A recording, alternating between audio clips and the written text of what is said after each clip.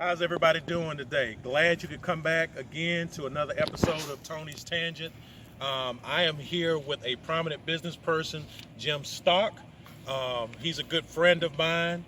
We are on the campus of Edward Waters College, HBCU here in Jacksonville, Florida.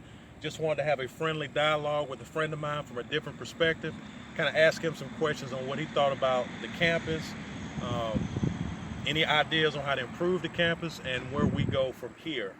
So without further ado, Jim, just wanted to ask you, could you give us a little background information on yourself, how long you've been in Jacksonville and exactly what you do?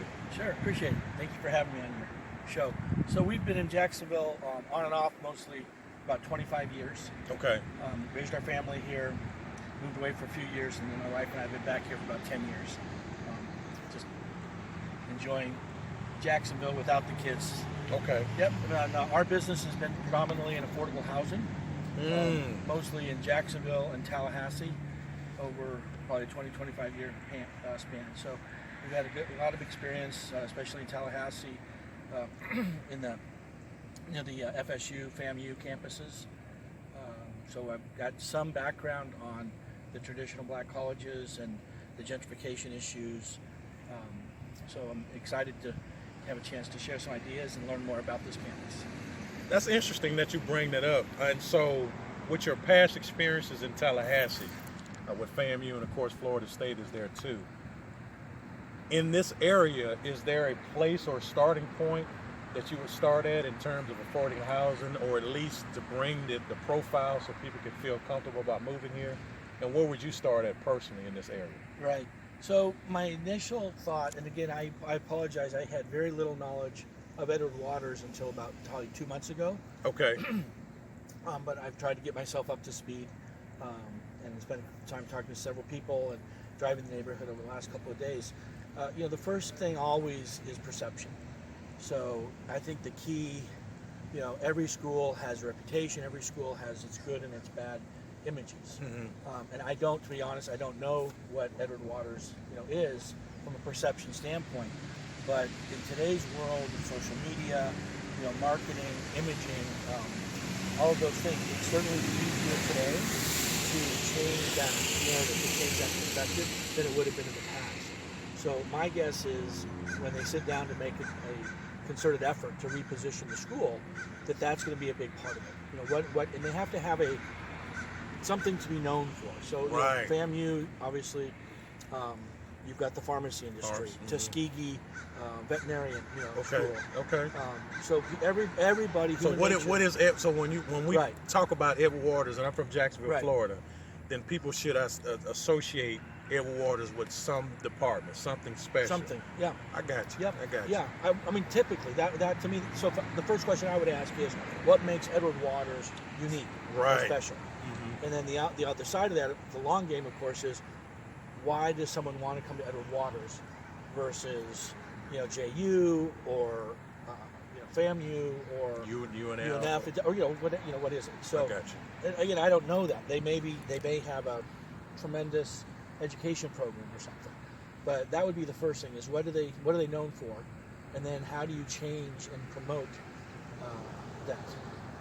So that's on sort of the foundational level, and then you've got this, right? I mean, your community, you can't change the location. Mm-hmm. The good news is, you're right. You buy downtown Jacksonville. Right. You have progress being made all around you. And that brings in the gentrification issue, which is it's a positive and sometimes it's a negative. We just saw a white couple jogging a little bit further down Kings Road, so it might be to your point. We lived in St. Louis for about 7 years, and the same thing near Wash U. You had areas making complete, transition, but at the same time, you don't want to completely wipe out your base of people that has called this area their home for 2 or 3 generations. Let me ask you this question. Can you still, quote unquote, gentrify a community, but still keep the same essence of that community that's been here for a long time? Can they coexist together in your opinion? Right. So from a practical standpoint, the answer would be not 100%. Okay. Because when you have gentrification, obviously you have economic laws that are going to take place. You're going to have supply and demand as it becomes more desirable, like what we're seeing in Springfield is probably the best example. Okay. Now the difference, and I think this is probably good for Edward Waters, there's a reason Springfield is being gentrified first, in which is they have those thousands of those old historic homes, whereas you don't have that here. What you have here are just middle class, 1940, 50, and 60s, type homes that when they do get, and they've started to, I've seen several, rehabs, I've seen several new homes, but the price point in these homes will be affordable to the two working, adults. So, my guess is even if today they're $75,000 to $80,000 homes, even after gentrification, they're going to be $150,000 to $200,000 homes, which is still very, very affordable. It's not going to be affordable to the single parent with the 2 or 3 children, but nothing's going to be, unfortunately, affordable to that person, other than certain, affordable housing options. But ideally, I love it. I mean, I'm looking over here. These are just, cute little 2 and 3 bedroom homes. They're probably 12 to 1,500 square feet. And as the pressure, as this becomes more desirable, those homes aren't going to get torn down. They're going to get basically flipped, or they're going to get redone. But they're still going to be affordable for the people that are living here. Not all of them, but most of the people that are living here. And certainly the professors that are coming in and the support systems for the school should want to live and should be able to afford to live in this immediate neighborhood. And of course, your location to downtown. I mean, they just announced, Shock's doing a lot of Shawn Khan? Shock, yeah. So we'll see what goes on. But as you have more goods and services being offered in downtown Jacksonville. And to your point, it would probably be good for the upper brass of the college to be at the table with Shawn Khan as that development is going on too, to kind of get a piece of the pie for their university. So I wish I knew him, but he seems like a heck of a guy, right? Okay. And my guess is he's the type of guy. I mean, he has a history of almost trying anything to help our city, right? So here you have a tremendous opportunity of resources for labor, future employees. The future of our whole city, is in our universities, and Edward Waters is right. one of those, and its location to Jacksonville. And Jacksonville, I know they just were one of the first NFL teams to have a director of diversity or economic equality or inequality. So they're committed, to being a bigger part of the Jacksonville economic and racial, growth. So I think absolutely that would be great to get the Jaguars at the table with Edward Waters. Let me ask you this question. Prior to you actually being physically here today, were you aware that Edward Waters was here and it was an HBCU?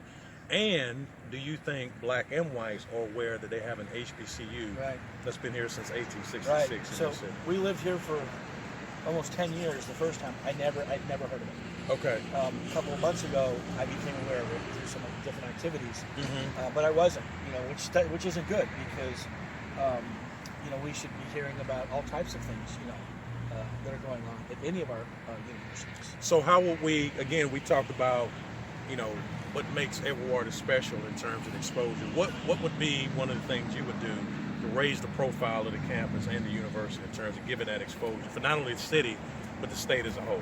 Yeah. Well, I think, again, you just can't deny the impact of social media and marketing. So I would go, and what are your real strengths at any school are your students, and I would just start a huge social media, campaign with your best and your brightest, academically, athletically, and get the word out there that this is a really cool place, for kids to want to come. You've got 1.5 million people living, within an hour of this campus. Why would you want to go all the way to Tallahassee or Orlando or South Florida or Georgia when you can be right here in Jacksonville? We cut that spigot off of that intellectual capital. And what I would focus on is that we all want to ideally live and work where our family are. So makes a lot more sense for me if I have the option to go start my business roots here, go to school here, get a job here, raised my family here, near my family, near my friends. So you're saying that should be a part of the pitch, some of the selling points from the marketing Absolutely. standpoint. You've got a great local school where families, children, not just of alumni, but children, from all over the high school students from all over the area should say, I want to come here, not just because I'm going to get a great education, but because after I graduate, I'm going to have opportunities to start my business, to start my career, start teaching, whatever it might be. Do all y'all. Right, right here, because people want to be here. I mean, Jacksonville, let's remember, we are one of the most dynamic and exciting business communities in the country right now. Some may disagree with you on that, but I'm here. I'm gonna hear you out. Our growth is long and steady. We're not like highfalutin. We don't get a lot of plus. But if you look at our population growth and our GDP growth, companies that are moving here, it's a powerful, good economic cycle that we've been in for about 30 years. I'm glad you brought that up. This is a good segue to my next question. In terms of investors, the business community as a whole, people that would be looking to financially help and be a part of economic development, not only with the university, but the surrounding community. Do you know, or do you think that anybody would be willing to do that if they understood there was a community of people that wanted to see this community win, so to speak? Right. So, personally, I can't say that my three buddies that are real estate developers that we've had that conversation. I will tell you, as a capitalist, that the beautiful thing about capitalism is it doesn't see color and it doesn't see zip codes and it doesn't see anything else, right? So, as their let me back up. I don't think it's just a capitalist model that we're here, because there's an element of bringing a school like Edward Waters up into the 21st century that is appealing beyond just the business community.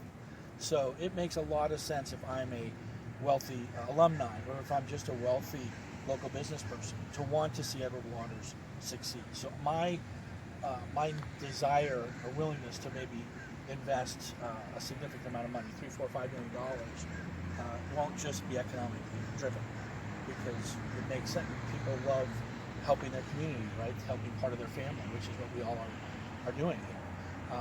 But on the business side, as soon as the business community sees any opportunity to make a dollar, then they're going to be in here, like pros. The question is, how do you start that process? And what are the practical, maybe, some tax breaks? You want to prime the pump. That's the biggest challenge, is you always want to get those first 4 or 5 projects in where people can see that there's momentum coming. And that's where, even though I'm a full-blown capitalist, I wouldn't be opposed to exploring business opportunities with the city, some grants, tax breaks, anything that would help, get the ball rolling with the redevelopment. Final question, but this is probably the elephant in the room question that a lot of my friends and colleagues ask me about Edward Waters. Some say they don't feel comfortable sending their child to Edward Waters because of where it's located. And let's just be real, college kids want to go out and have fun. And so when you look at the community, there's not a lot of places where they feel like they can go out and have a good time. What would you do? And again, this goes back to the development piece and all that. But what would you do to try to not only inject that comfort, but also put some businesses or something that complements the demographic of people that go to this university in terms of making it a desirable place so people can spend their money and feel safe and want to be a part of the university? What would you say to those people moving forward? Yeah, well, I mean, you can't deny that. College is that one time in everyone's life where they get to go out and, act like a kid and be a little irresponsible their freshman year and a little less irresponsible their sophomore year, right? So I would go. I really like the what I saw at the FAMU, model, which is, and it sounds horrible, but the things that kids want to see. They want to be able to go down and grab a burger, and get a beer if they're 21 years of age. Burger.